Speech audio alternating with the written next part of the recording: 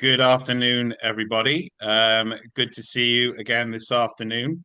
Those of you who were on our webinar last month, we obviously introduced to you the latest software survey from the UK in terms of feedback on what people currently use, how happy they are, etc.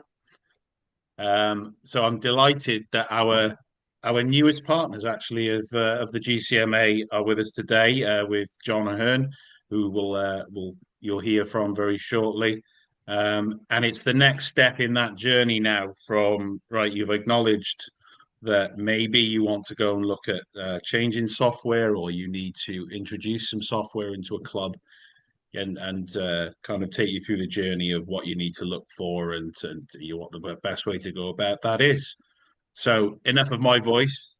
John, it's a pleasure to welcome you to the first webinar that you've done with us as an organisation, and I'm delighted to hand over to you. Excellent. Thanks, Gareth. So I know we've got some people online obviously now, and then the rest will probably join and have a look at this in later. I just wanted to, I guess the first part is just to introduce who we are. So what I might do is just share my screen.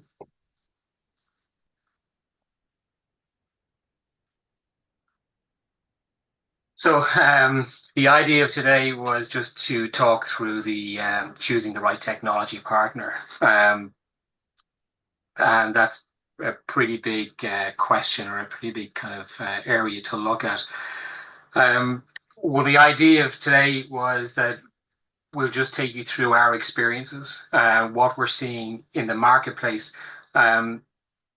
Club Systems is a part of a bigger company called Golf Graphics. So we see technology right across golf, not just in the member management and member kind of integration sides.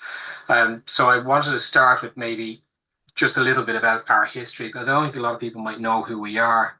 My background is golf course architecture. So I would have worked with a golf design company, specializing in software for producing 3D graphics. I went out on our own. We started Golf Graphics in 2009. And we've slowly grown that business to be the world leader. So pretty much any graphics that you see, whether that be something maybe on TrackMan or other simulator companies, or if you've got a club car device and you might have a Visage screen inside it, nearly everything that you'll see in that space is produced, or at least some of it's produced within the Golf Graphics offices. So we became the market leader very, very quickly in producing 3D graphics. One of our customers, Carton House, which is an Irish Open golf course here in Dublin, they had our graphics and they'd asked us to produce an app for their graphics to show to their members and their visitors. And that was 2013. And in 2013, we produced the very, very first golf app anywhere in Europe for a golf club. That slowly grew into links into websites. And every time we worked with a new golf course, when we were building apps, they were asking us, could we link in their tee time booking system, their member management system.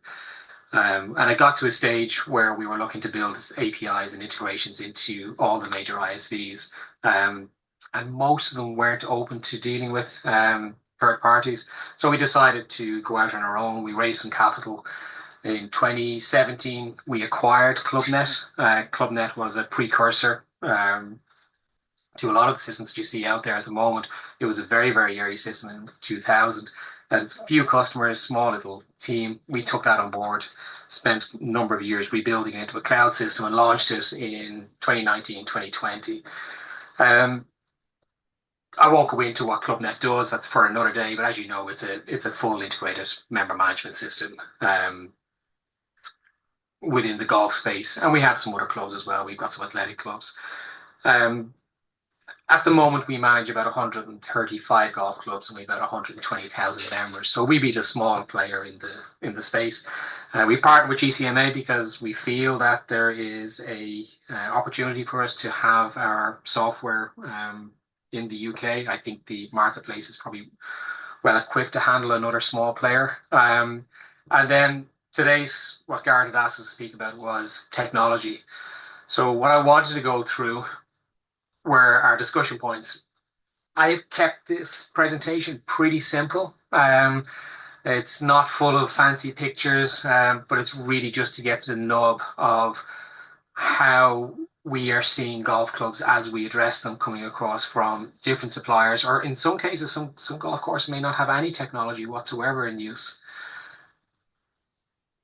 So the why, and this is most important. I think this is John, for John, yes, sorry to interrupt you mid flow there.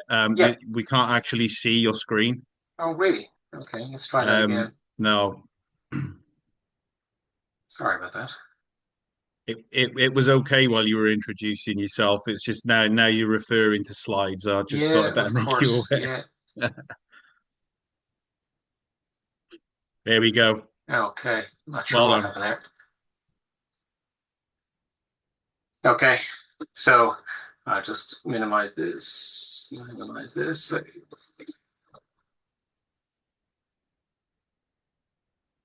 Sorry, I'm not used to Zoom at all. There we go. Okay, so yes, choosing the right technology partner. History I've gone through.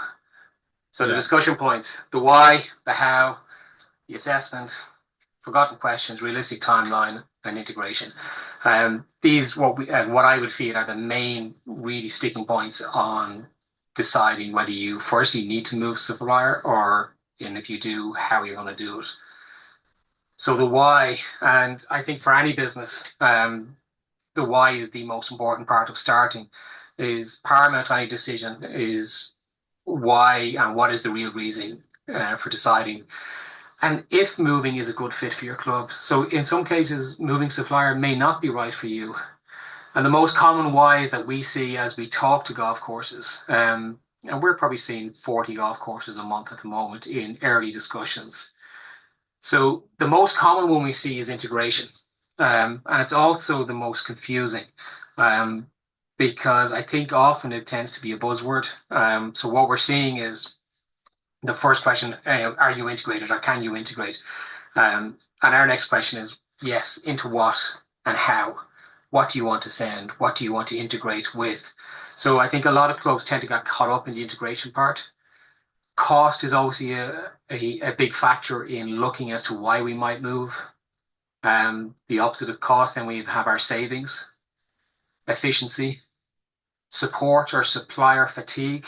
Um, the golf market's relatively small in relation to suppliers. There's probably just really two big players in most parts of this. And maybe, the idea of a change is as good as a rest sometimes. Memory experience.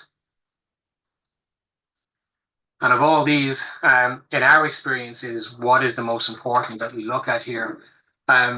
So these are the main ones we see, but there are others. For us, it's efficiency. If efficiency is the most important thing that you're looking to do, everything else will follow. So when looking at the why, really everything should be built around efficiency. And efficiency is how long does it take me to do a task? Is that task efficient in relation to how much it's going to cost me or the club? Is it efficient in relation to how much savings it's going to make? And does that efficiency result in a better experience for my customer? And your customer as golf managers is obviously your visitors and more importantly your members. So I think if I was asking any manager to look at when they're choosing why, I would always start with efficiency and see what springs from there. So based on the why, we have now decided that we do want to look at moving our ISV. Now we need to map out the how. And again, this is often overlooked when we see this when we get into the second stages of talking to potential new customers. Really, really important is who are the current stakeholders. And we see this missed so often. So very often the first point of contact for us is the general manager, but the general manager is reporting into a committee or a board or a combination of board and management committees. We would feel that it's incredibly important that all stakeholders are in from the start and that they understand their role within the process of the how, let's call it. Um, we need to understand as managers what are the current issues that need to be addressed. So for most parts, the existing suppliers out there provide an excellent product, but maybe they're missing one new feature, or maybe they haven't kept up with the trends in technology. Um, it's very, very important that we identify what we're looking to address. And if we don't know these, we can't really make a decision on what we need. Timeline, and this needs to be realistic. If you are a golf club manager that's struggling with your current provider or current software, maybe it doesn't do what you want, and let's say we're at this time of year, we're coming into April, and we want to have something live by May or the start of June for the start of the season. Um, it's really important that we understand realistic timelines. And the timelines include research, testing, and implementation. There was a very good study done by Golf Genius put out there a couple of months back, which identified, I think it was up to 8 months, which kind of maps almost exactly to what we're seeing with our golf clubs. Moving software is not easy, and it's not quick, and it shouldn't be quick. This is more than likely a product you're going to be using for the next 10 years. Um, and it is important that when you're looking at the how, that the timeline is realistic. The investigative panel, and this is quite important. Who are they? And this goes back to the current stakeholders are. If we don't know who the stakeholders are, how are we going to decide on who is best equipped to make a decision on certain parts of the system? It doesn't mean that the panel that's involved in investigating the software needs to understand every part. But if you're investigating a website and you don't understand how a website works, it can be problematic. So I would say from your membership, your staff, to make sure to produce an equipped investigative panel, somebody who knows what they're doing. The ISV invites, again,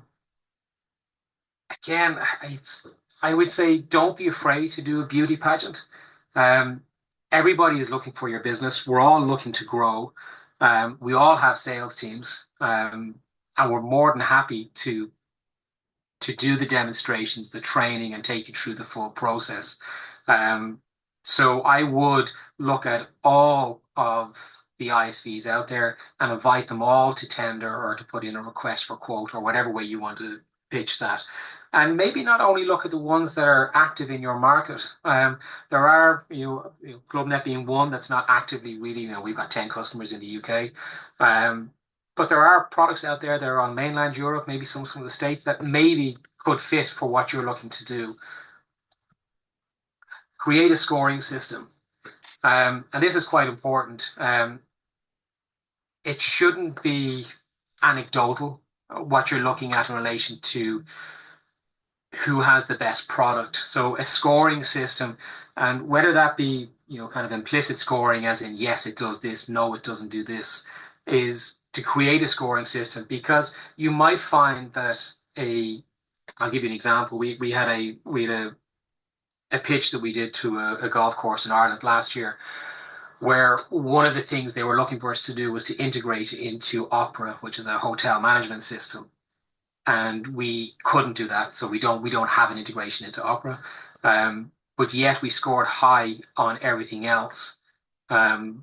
So even though you might think that that's the most important part, maybe the benefits of the high scoring elsewhere could sway your decision on whether that ISV is suitable for you.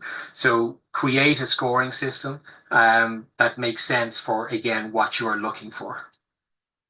And lastly, do we need help from an independent? As I said at the start, moving software is difficult. It's not easy.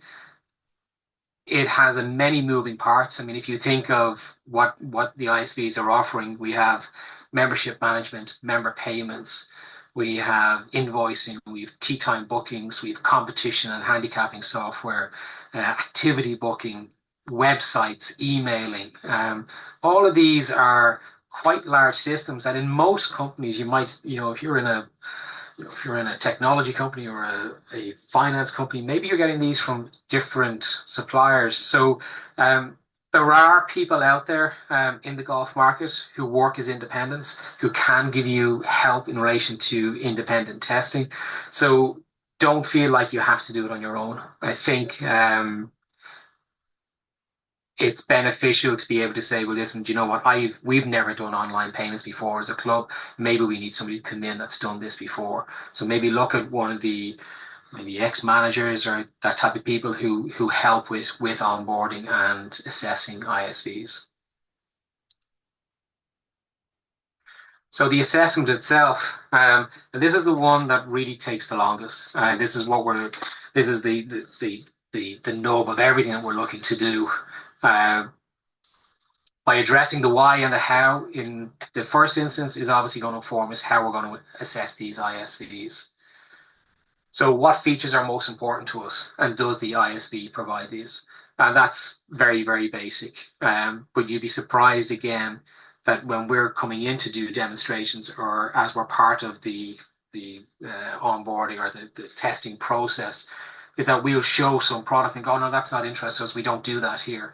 So it is important to identify what features, what systems that you need as a club, and to start with, the most basic questions, does your ISV provide these? Customer research. I can't stress how important this is. And I put in here the good and the bad. So as a technology and software developer, I'd love to sit here and tell you that every part of our system works 100% of the times. And it just doesn't. Software just does not behave like that. Um, so what's really important for you to understand is the experience that the existing customers of the ISV have had. Um, in any stage, we're more than happy to introduce our prospective customers to our existing customers. And we've always done it that we would introduce them to any customer that they want. Now, it's up to the customer whether they want to talk to them or not.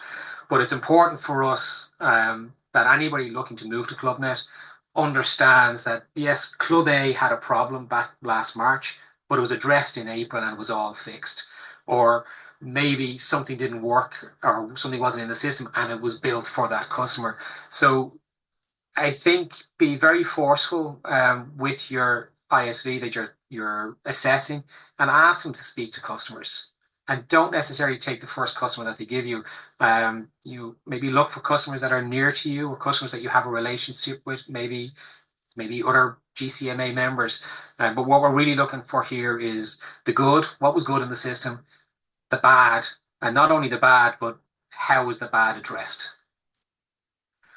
Demo, and more demo. Um, very often we will have clubs that are in the middle of the onboarding process and they'll do some training. They'll come back and say, how come it doesn't do this? Our old system did this. And during the demo, we would have shown that how it works. By demoing the product, you're getting a really, really rich understanding of how the system works. Um, Most software providers will supply you with a demo part of the system where you can log in and test everything, upload your own membership data or anonymous membership data and work through the system. Um, if the ISV is not providing you with a demo environment, I would be questioning why. But yes, demo, and more demo. Don't forget the ISV's pipeline, what's coming down the line. This process, as I said, can take up to 8 months, and maybe 4 months in, what might have scored low on your testing, on your scoring criteria, may score high. Um, Most ISVs, like ourselves, are constantly developing, coming out with new product or faster or better ways to do their current processes. So do make sure to investigate what is coming down the line, and not only the immediate pipeline, but what's planned for maybe next year or the year after. Get a clear understanding of the onboarding procedure, and I'll go back to saying that moving software is not easy, but if it's onboarded correctly, it can make it a lot easier. So the onboarding of your office staff can be usually quite easy. These are people who are trained and experienced in using systems. The onboarding of your members, however, might be more difficult. And the members is the touch point. That's where most of your problems will appear. Um, so before moving to tender and signing of documents, I would make sure to get a clear understanding of the onboarding process. Week one, what happens? Week two, what happens? Week three, what happens? We go live, then what happens? So understanding the onboarding procedure and undertake a cost benefit analysis. I would say that dearer or more expensive is not always better, and cheaper is not always worse. So don't let the cost distract you from the original why. And I go back to this idea of efficiency. There are plenty of softwares out there that may not be the most expensive in the market, or maybe the most expensive in the market. Really, cost is good. If cost comes down, that's excellent. But if cost and time savings come down, that's even better. But if cost, time savings, and the benefit of having those produces more efficiency, then that's what you're looking for. So again, I wouldn't get caught up in cost too much. And take your time. Um, Taking your time is important.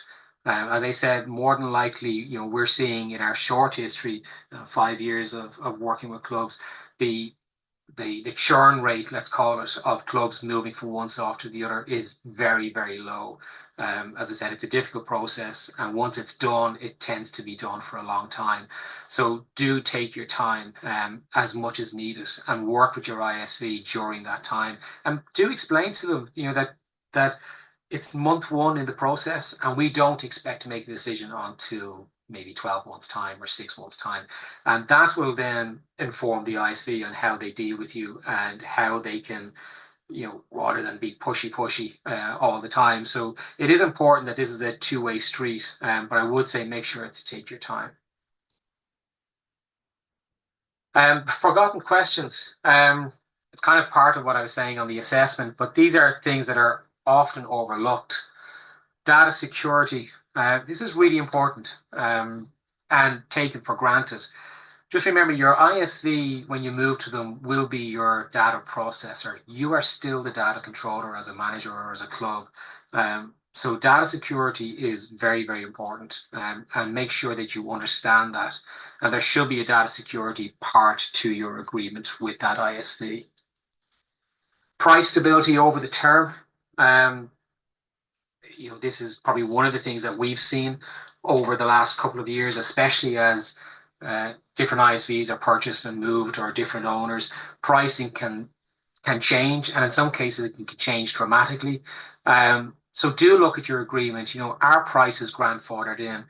Are you getting a reduction for staying longer, by doing a 4-year contract rather than a 2-year contract? Um, you know, the last thing you want is to move to a provider, spend the whole first year on learning the software, going through the headaches of having to onboard and take the members on that journey, to find out that the price has doubled in a year's time. So again, really something that's often overlooked is the stability of the price over the term. Lock-in. Um, does the lock-in in the agreement suit you? Is it a 4-year agreement? And if you leave after the between 2 and 4 years, there's going to be a penalty to be paid. So again, work with the ISV. A lot of new software providers, not necessarily in the golf space, will work on a onboarding process where they will say, okay, well, listen, we're going to onboard you with the first 6 months. If the system doesn't work as expected, then there's a get out of your agreement. Generally, the price stability over the term will be tied into the lock-in. Obviously, your ISV needs to make money. If they're not making money, they can't provide you a service that you're expecting. So it is important that the ISVs are making money. So lock-in, the longer the lock-in, more stability you'll see on price. So it is something for you to consider. Ongoing support costs are overlooked. It's very important that you understand what support is covered and how much of that support is going to be required to be paid for. So again, rather than just glossing over that part of the agreement, I would be trying to pin your ISV on what are the ongoing support costs and availability of support as well. Future proofing kind of goes back to what I was saying about the plans. I think the buzzword out there at the moment is AI. I think AI will make a big difference to us in relation to how we do our support, as in it'll be able to direct somebody looking for support to certain areas of our database or our knowledge base. But I don't see AI kicking in really in the short term for member management and tea times, that type of stuff, because it's so unique. But we could see something different. But yeah, try to find out what the future proofing for your future ISV will be like. So the realistic timeline, this is based on our own numbers from the last 5 years that we've onboarded, as I said, 135 golf clubs, plus many other clubs, or a number of other clubs in different sporting arenas. Um, Pre-planning, should take you a month, and that's where we're going to investigate the why.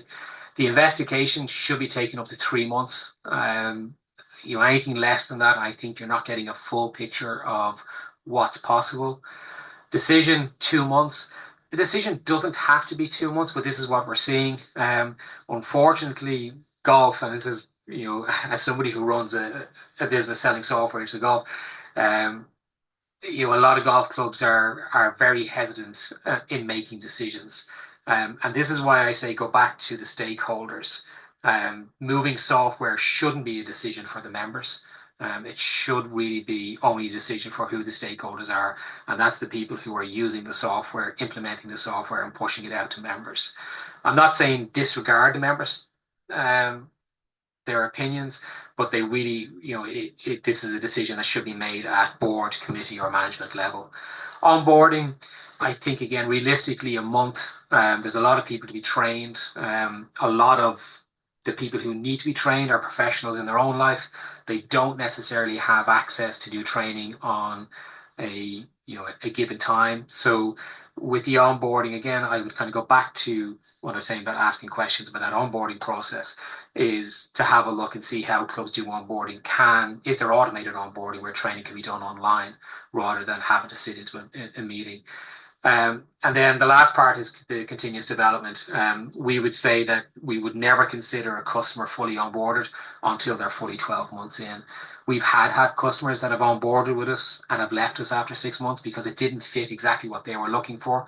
But if you go through this process, you should be able to come to the right decision on your ISV, that allows you to work through this continuous development.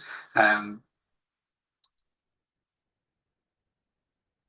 last one I wanted to talk about there was integration, which I mentioned at the very start, is usually the top of the list when we speak to a golf club. But often we see that there's a misunderstanding or no understanding of what an integration really is. So is integration as important as you think? Integration into accountancy packages, yes, very important.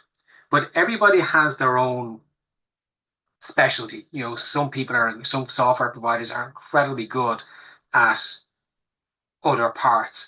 So, for example, we would consider ourselves incredibly good at member management, T-sheet, website, app communication, but we've never gone down the road of competition and handicapping. So what we have is an open API. So if you want to use a different ISV for handicapping purposes, we can do that. And most ISVs should do. So what I'm trying to say here is that don't discount the fact that modular implementation is always an option.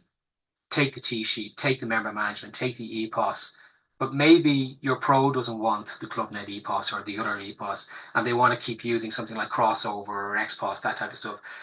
Most ISVs that are worth their salt should be able to implement an API into other parts.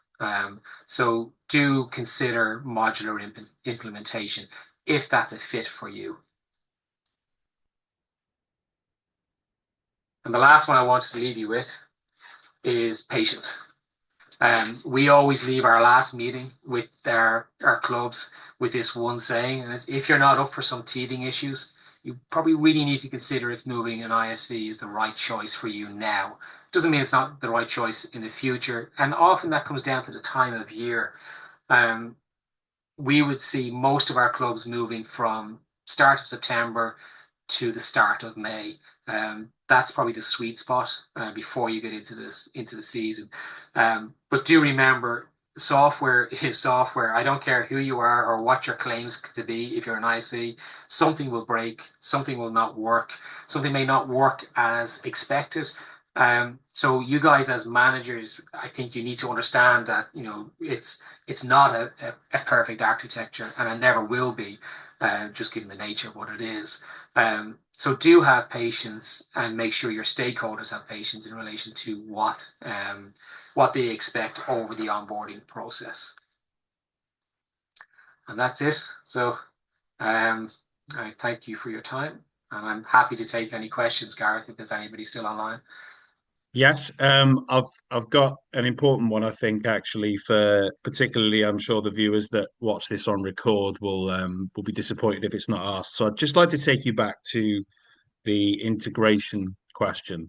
Yeah. Lots of our members will have been in the industry for as long as I was and longer than that. So back sort of 15 years, maybe a little less ago, the movement and the desire from clubs and particularly managers was to move away from having several different solutions, because and it was usually around the difficulties in having to maintain multiple databases and also in my case multiple diaries. So, Yeah. if you took a booking, you had to alter, I think in one club I worked for, four diaries. So I guess, how far has the sort of software industry come on from that now? So if you did have, such as ClubNet Systems and Golf Genius integrating with competitions and handicapping, what does an integration actually look like now? Do you have to maintain two databases or do No, they talk to each other that no, well? no. So again, it's a really good question because it highlights, I guess, the misunderstanding of an integration. So the first part of integration is me pitching, saying ClubNet's an integrated software, or Hmm. or any of the other ISVs are integrated softwares. They're integrated amongst themselves. And what that means is that it's a system that gives you a T sheet, that gives you a member management system, gives you an EPOS, Hmm. gives you a website, Yeah. and gives you an app. And all of them are integrated, so it's only one database. Hmm. When we bought ClubNet, when we took it over, it had a CDH license. So it was the old Kongu license is what it had. Hmm. And we looked at it and we went, okay, do we want to go down this road? And we said, well, I don't think we can ever be all things to all people. So we decided that we didn't want to be a competitioning software. So we went out to all the competitioning software companies and said, listen, this is our open API. So the one we have, the one we have working for the last number of years will be, say, with Handicap Master. So in Handicap Master, we bring them business, they bring us business. So it's a really Hmm. kind of symbiotic relationship. But we Hmm. only manage one database. And as far as if you were to go to, I'd say 80% of our customers that are using Handicap Master within ClubNet and ask them what they use for handicapping, they'll probably say ClubNet because the Hmm. experience is seamless for them within ClubNet. And that's all based around the API. And I suppose that's an integration. Hmm. Um, so to answer your question, the software or the technology for integration is simple. It's out there. These are just databases. That's all they are. Hmm. They're just a huge amount of information that's being pulled and updated by members and staff. API is a decision. It's not a technology or a roadblock. It's a decision that's made. Our decision when we went live with ClubNet was that we were going to be agnostic. So if a club, and we have plenty of clubs that are using ClubNet for member management, invoicing, communication, but they're still on, say, BRS. So what do we got? Jerry might be able to give me, or Chris might give you the number, or Veronica, if they're on there. Say we have 135 clubs, maybe 70 are Hmm. on our T sheet. Okay. The others are more than likely on another T sheet, which could be BRS, being the biggest T sheet provider out there. So it kind of goes back to what I was saying, Gareth, is that don't be afraid to look at modular. Some people are very, very good at what they do. there's a reason why Golf Genius don't do member management or other pieces. It's because they're incredibly good at their handicapping and competitioning side, and their other ancillary bits. Handicap Master, perfect example. They've stayed in their lane. So I think it's important to maybe try not to, as us as a provider, is not to be overreaching because we're very good at the stuff we're very good at. And we Mm-hmm. understand that other companies are very good at what they do. But what you're saying is then that integration nowadays means true integration. But I always remember the last club I worked at in Wales myself. If I think we had, I think there were three or four databases that we had to maintain. So you get a new member and you had to upload them onto the app. Then you had to upload them onto the member's website, then into the Yeah. membership software, then into the door security. It was it was onerous, So particularly there if you were should on be a bit no of a reason for surge. that anymore. You know No, that no. so the door security system is perfect. So we don't do we again we decided that we didn't want to get too involved because the Irish market didn't have a huge amount of control access. So you want to go into the gym inside the golf club, you swipe your member card or you put your key number in. Um, but we work with two or three other companies on that Hmm. they're specialists in that area, and they just read our database. Mm. So you update your information within ClubNet or whatever system that you're using, and that automatically populates the other databases that you're using. So generally your ISV, so whether it be ourselves or Club Systems or Intelligent Golf or any of those big players, um, that becomes the master database. And then all the other ones that you work off that become the slave. And they just query that database every 30, 40, 50 seconds, every hour, every 2 hours, whatever it is that works. But Sure. there's no roadblock in technology that would stop that. The only thing that would stop that is the decision at Hmm. the company level. Yeah, that makes sense. So I've got a question here in the chat box. So, what do integrations look like for payment solutions across the ClubNet system, please?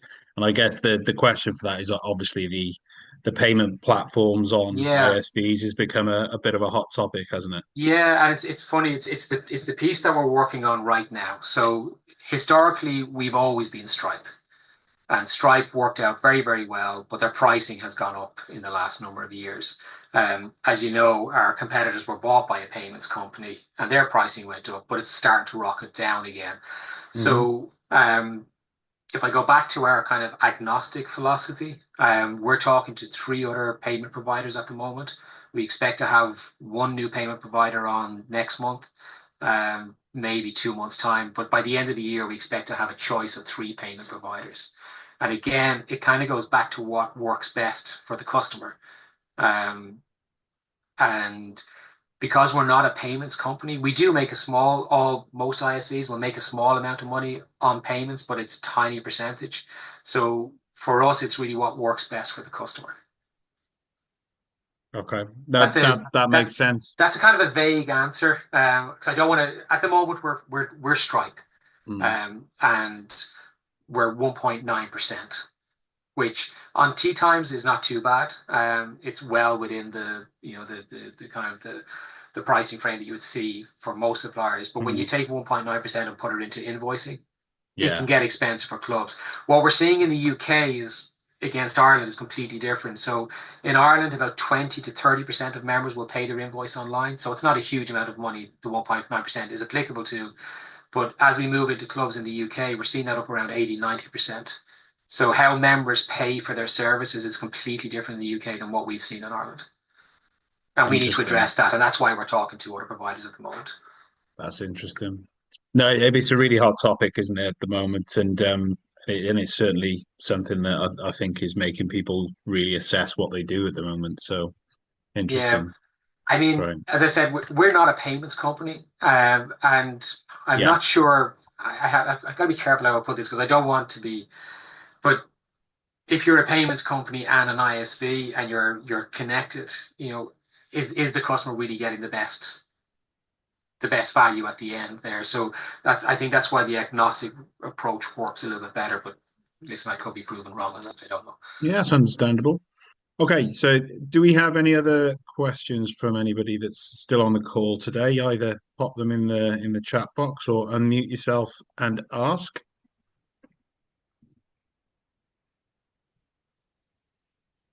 Silence, John. Excellent. It was either a really Okay, good so presentation or really bad. well, listen, thanks very much for your time today. Not at all. Not at Certainly all. very educational session. So I'm gonna hit stop on the record now.